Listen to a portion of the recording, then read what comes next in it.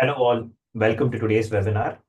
Today we'll be discussing more on the topic of the secrets to increasing lead quality. So we have two people here to dive in deeper on this topic. One is Mr. Arvind.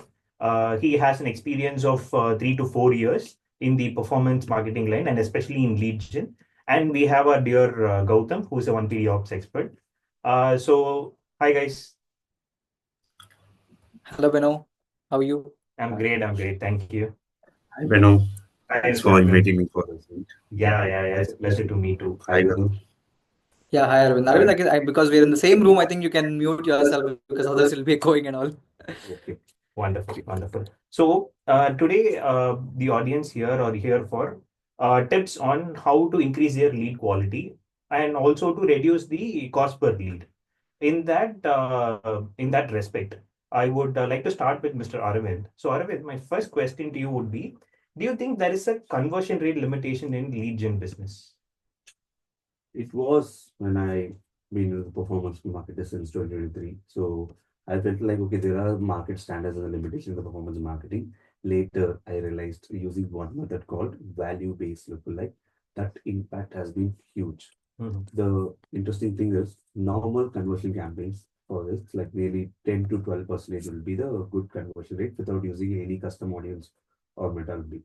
But by implementing the value-based lookalike through C labs or through customer labs, which actually helps to increase the conversion rate from nearly 25% was a conversion rate, which is like out of 100 leads, I'm getting 25 leads as a conversion rate, which never happened in any campaigns. Oops.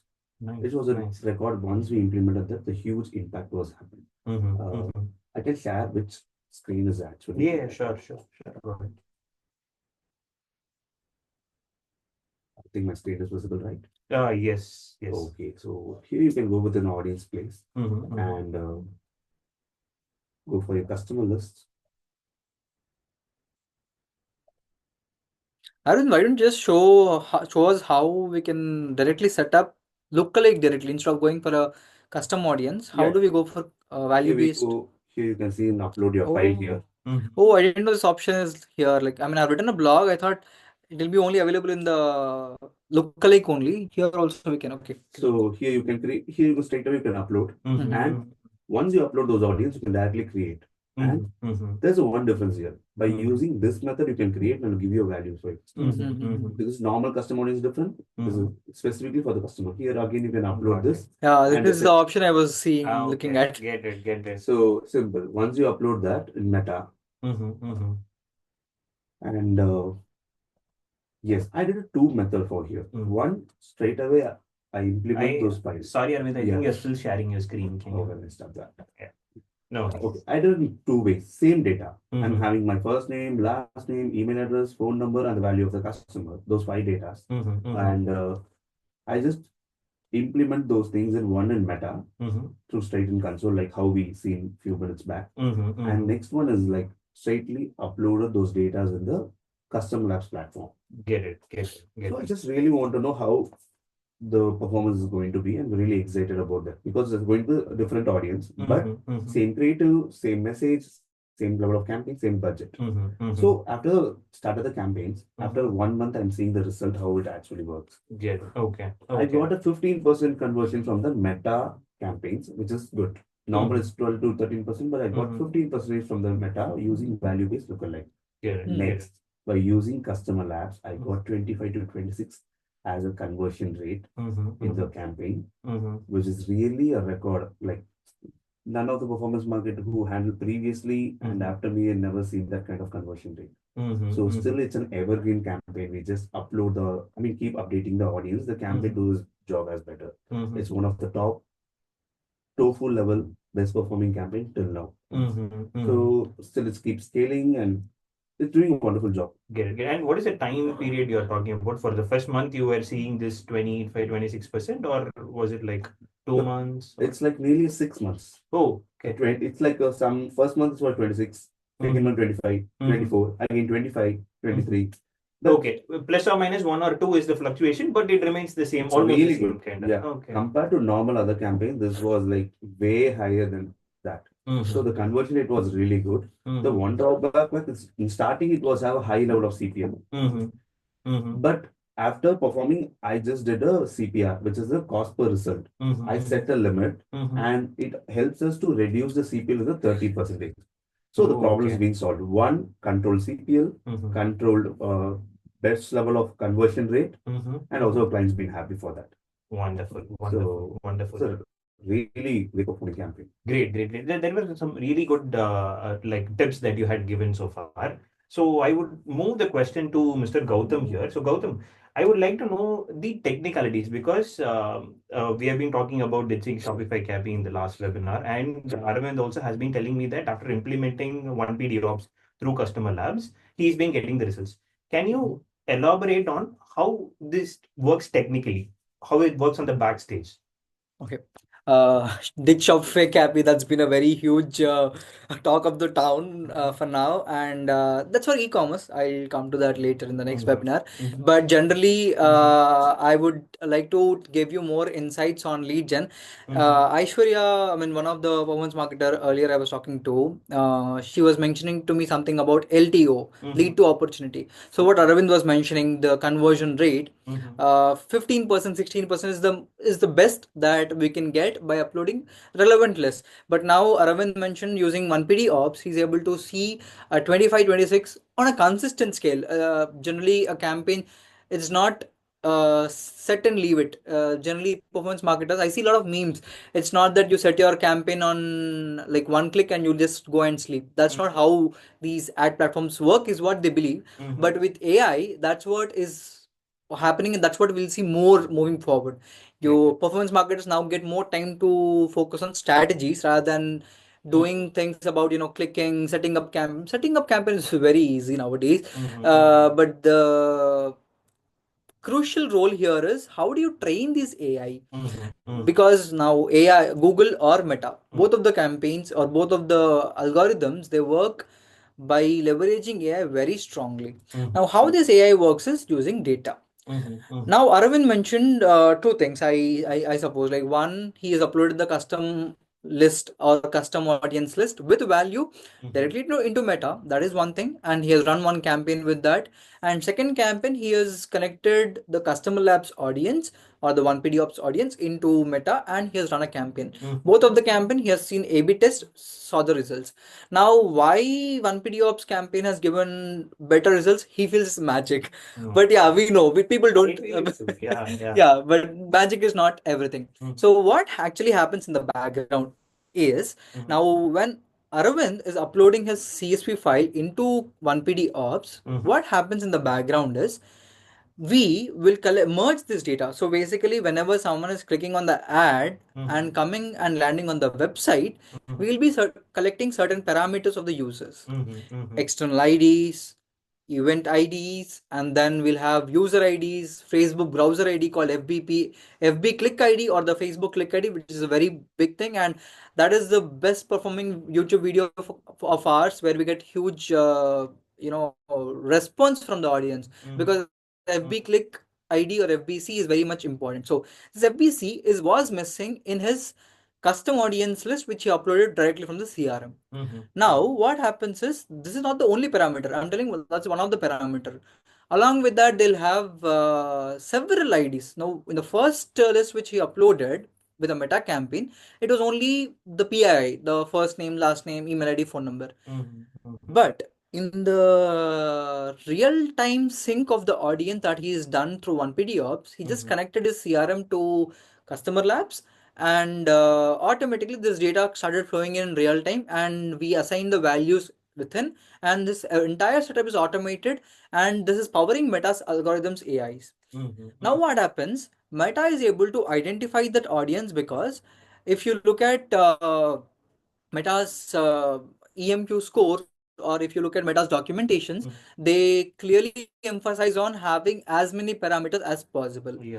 Only when you have these parameters, it is possible for Meta to do the matching, and it'll find the right audience. Now, what happened in Arvind's case is, when he's sending the data through 1PD ops, this data that is unified, so his offline CRM data and his website data is merged, and a 360 comprehensive profile is sent to Meta. This data is rich because he has a lot of parameters that is appending for each of his audience. Now this is helping Meta's algorithms find relevant audience. So it's not like you go to 100 random people and sell. You go to the 100 very specific ICP and sell your ads, and they are converting. That's why the conversion rate is higher. So it's not completely magic. The magic lies in the logic of data. So that's what happened. That's what helped Arvind see the results of 26% or 25% of conversion rates. So Arvind, that's the secret behind your campaign success. The data, the high quality data, that's your data. It's not something that Customer Labs has, or that is something we have. It's your data. We are helping to come and club into one single thing and then power this AI algorithms with high quality data. Great, great, great. Gautam, out of the blue, I could imagine a movie analogy, which is the Spartans. They select people just to go for what? They don't select people who are in different things. What you're saying is customer lab picks the right people for you to make that particular conversion or whatever. Exactly. So customer labs is creating Spartans for performance marketing. Yeah, I would say it is more like identifying those people and giving them the right thing. Now, Aravind, he's good at, creative strategies. Now, his creative strategies has to work, then he has to show to the right audience. For example, I think he's working with another study abroad client.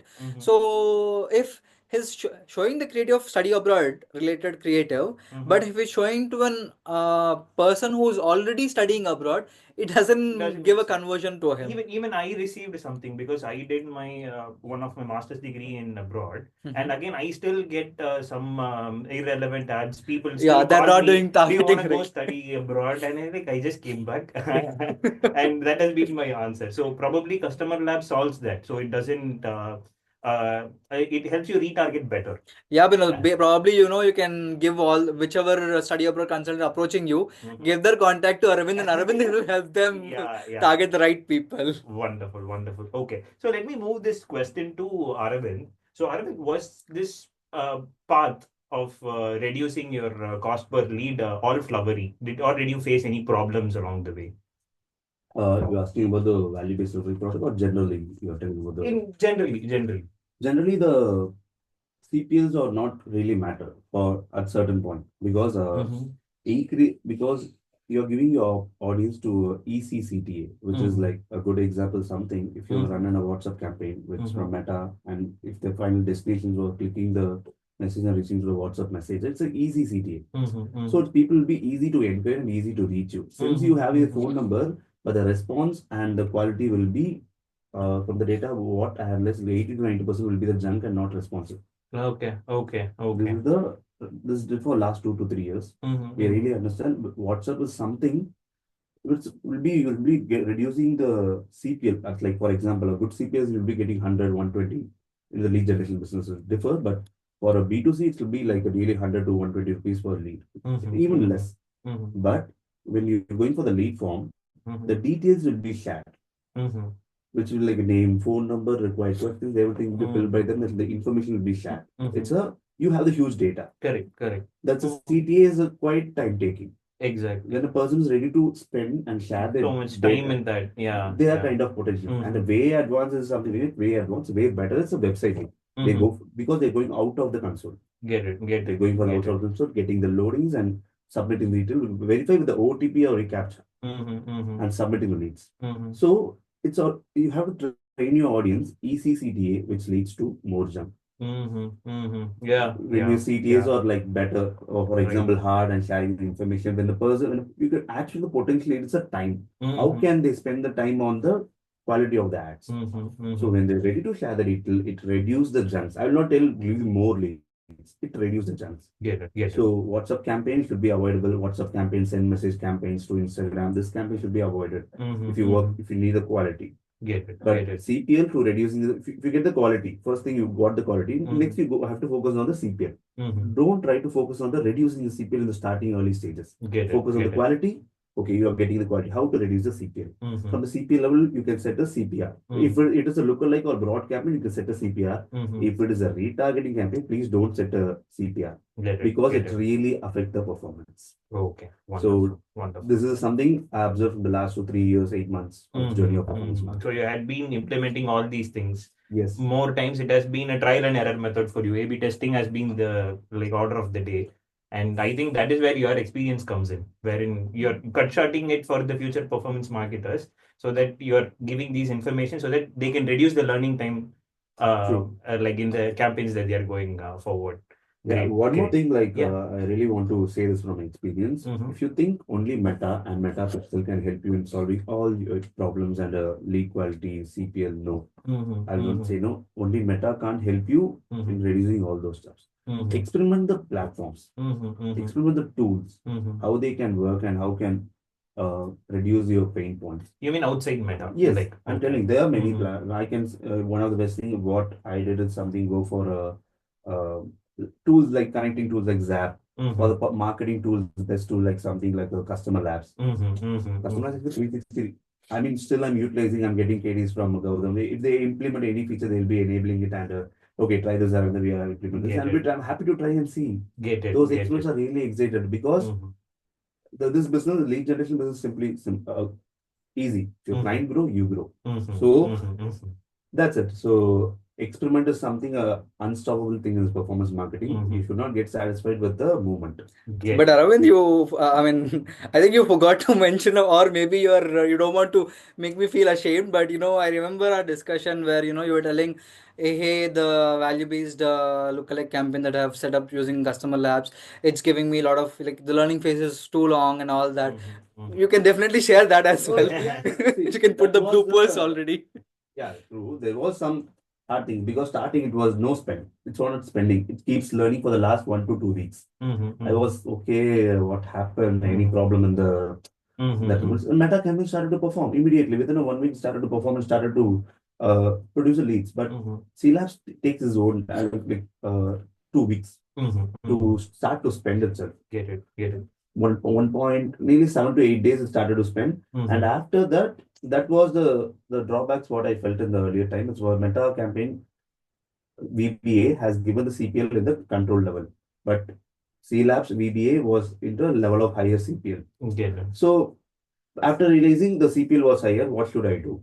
Here the CPL is low, but I'm getting 15% conversion rate. Here I'm getting 26% conversion rate. And after implementing CPR, the conversion is also same level. I thought the performance would be getting dropped like that, but CPR. Now I'm not telling only results. The process is something I'm happy with the CPL by using VBA or by customer labs. And also the conversion rate stands in the 23, 24, 26, this kind of level, which is a complete evergreen campaign. As I said earlier, still the campaign is running. Get it. So it takes a little bit of a more time than Meta to learn, but it learns properly. It gets all the data and then it sends it to that so that your campaigns don't fall off. It doesn't take a peak and then goes down. It maintains and it keeps growing to a certain level. Beno, I'd like to interrupt you here. Sorry for that. Basically, the time we are talking about is around 1.5 year or 1 year ago. Okay. So that time, Meta's AI and algorithms are slowly developing, and the time was taken because the algorithm had to learn from the high quality data. And why Aravind is happy despite getting a high CPL rather than the Meta. So what he mentioned was, for the Meta campaign and Custom Labs campaigns was CPL was high, but then he's still happy. That is because he's a true performance marketer who cares about the business. So the cost per opportunity has been reduced, but because whatever leads he's getting, almost 25% of them are getting into opportunity. Whereas in the normal Meta's campaign, only 15% of the leads were going into opportunity stage. So the cost for opportunity there in the Meta, in the customer labs campaigns have reduced. Get Now it. the learning phase also, I think if you set up now, it will be more easier because algorithms have evolved very immensely. So that is definitely something we have to experiment again. Aravind should again start an experiment. He's not starting an experiment because he's happy with the current campaign. He's not, I think he's not doing any more change. Aravind, can you tell me about how are you making any changes recently, or just Yeah, the campaign is running by itself? right now we are working on the different level of retargeting. People who thinks only people who visit our page, people who add to card, and this kind of retargeting people are focusing on. But the expense, what we can also separate your retargeting audience. A good example, something you have your followers, you have the people who come out and engage with your post, you have the audience of people who message, you have the audience of people who visit your profile. Categorize your audience. And another important thing, more interesting thing is your video views audience. If your video views audience like above 50% or minimum 50%, 15 seconds, people who watch your videos. And interesting thing is like I experimented with all those type of audience, and the top conversion rate audience level is the people who watch your video more than 50 percentage has a conversion rate of 16 percentage of the LTO, which is in a lead to opportunity. Others are coming about 10, 11, 6, but video views audience or more potential audience, more than people who click, comment, share your post. So again, it's audience interest is based on the conversion potential. So you can also experiment with this. But C Labs, I'm also one thing that to be discovered is coming based on the meta pixel, meta CRM pixel.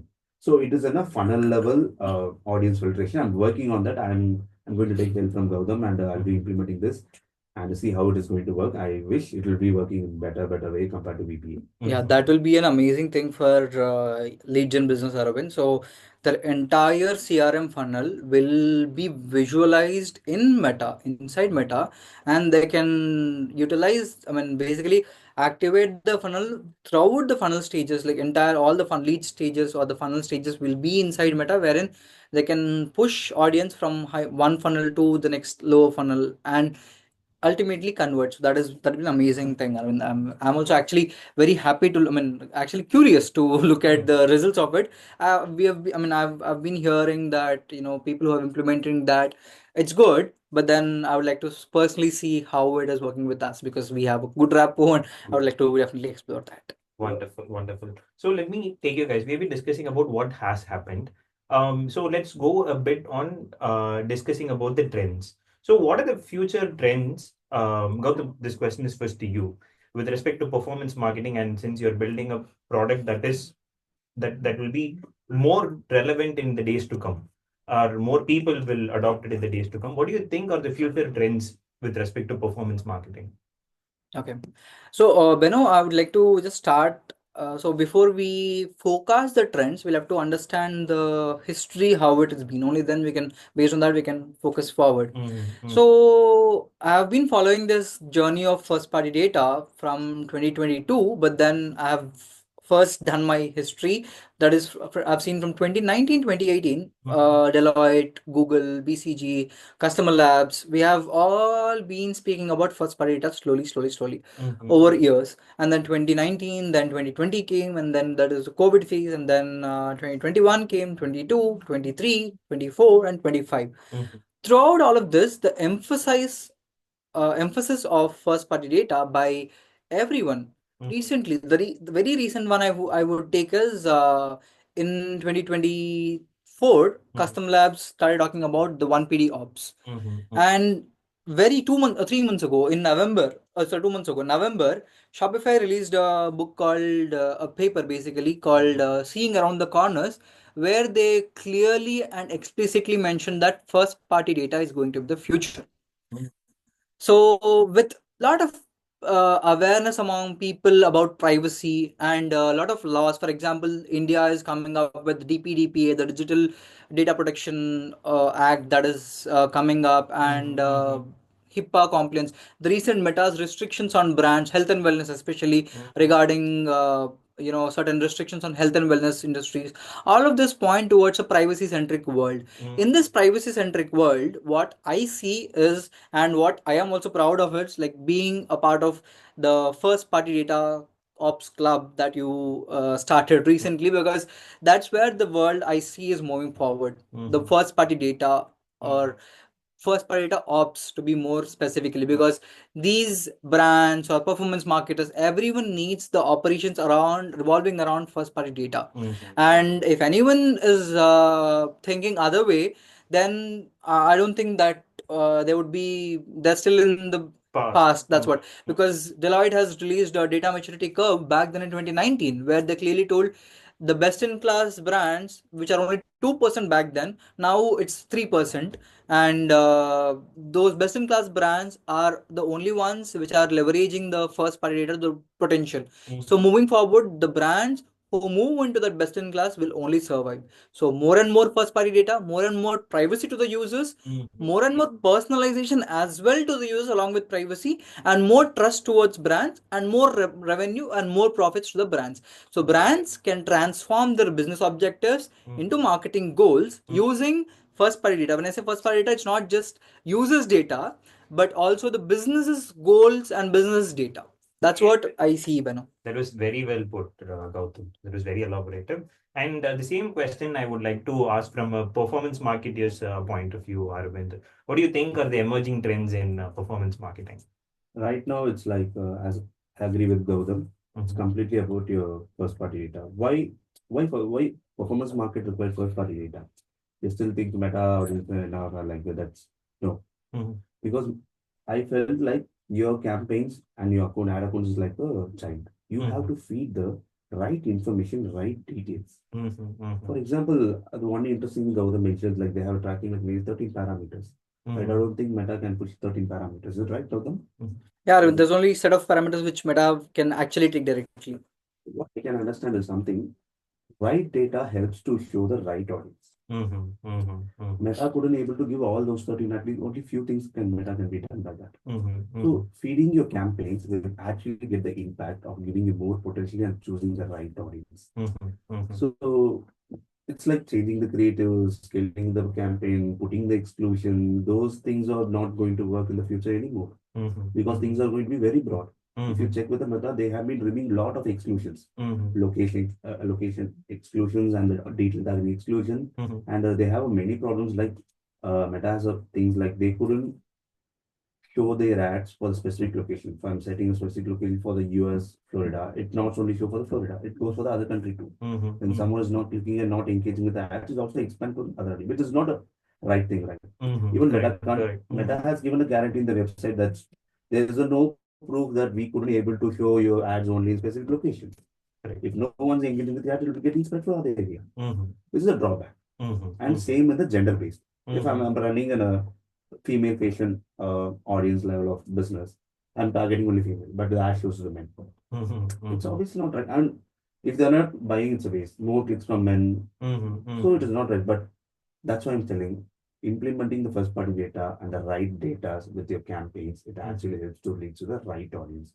I'm not going to tell it will be giving more level of potential, but for sure thing, it will reduce the churn rates. That's a guarantee thing, which I'm actually go through for the last 1.5 years after implementing C Labs. And every webinar they do and every blogs they read, it's like implementing the first party is crucial.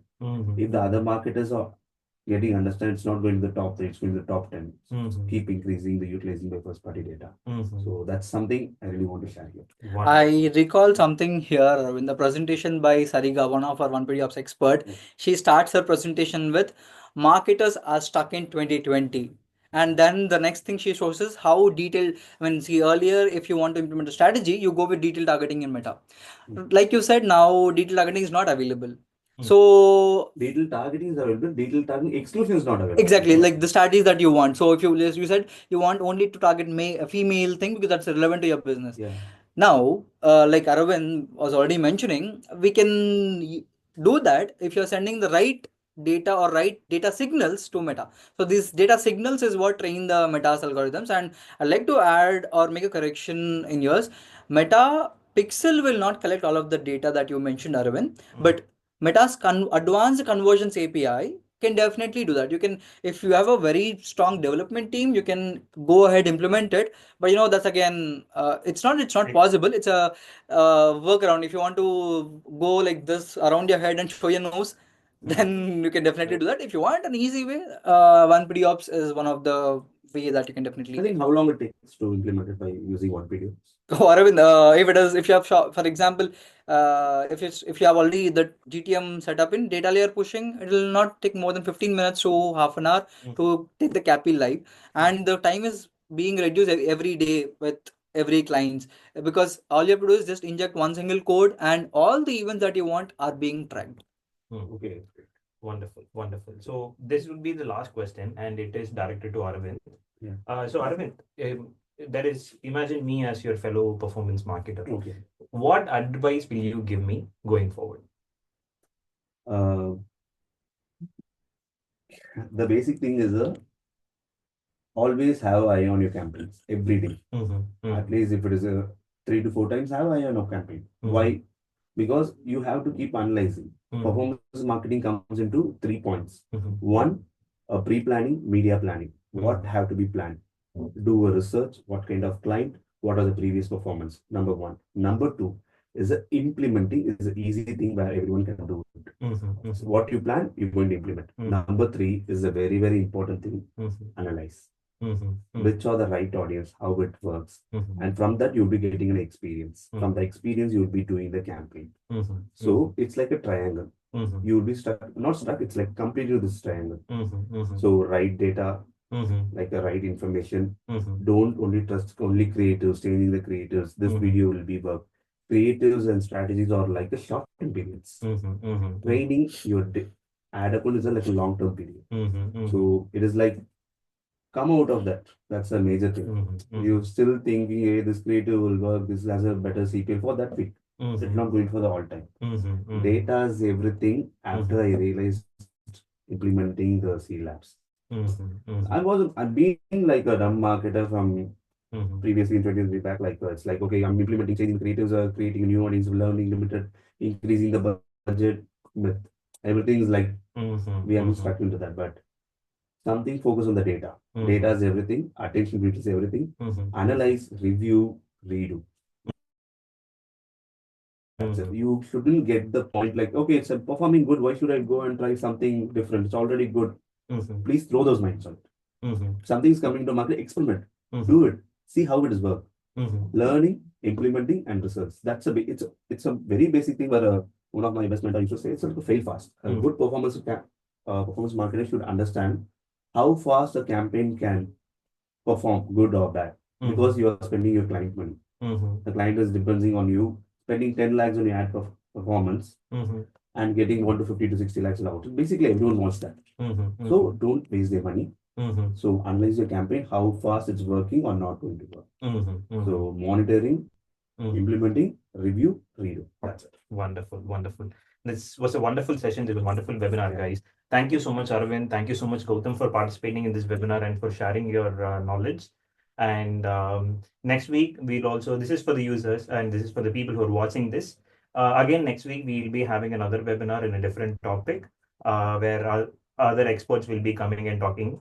So Aravind, I would also like to announce that Aravind has now joined as an active member of the 1PD Ops Club.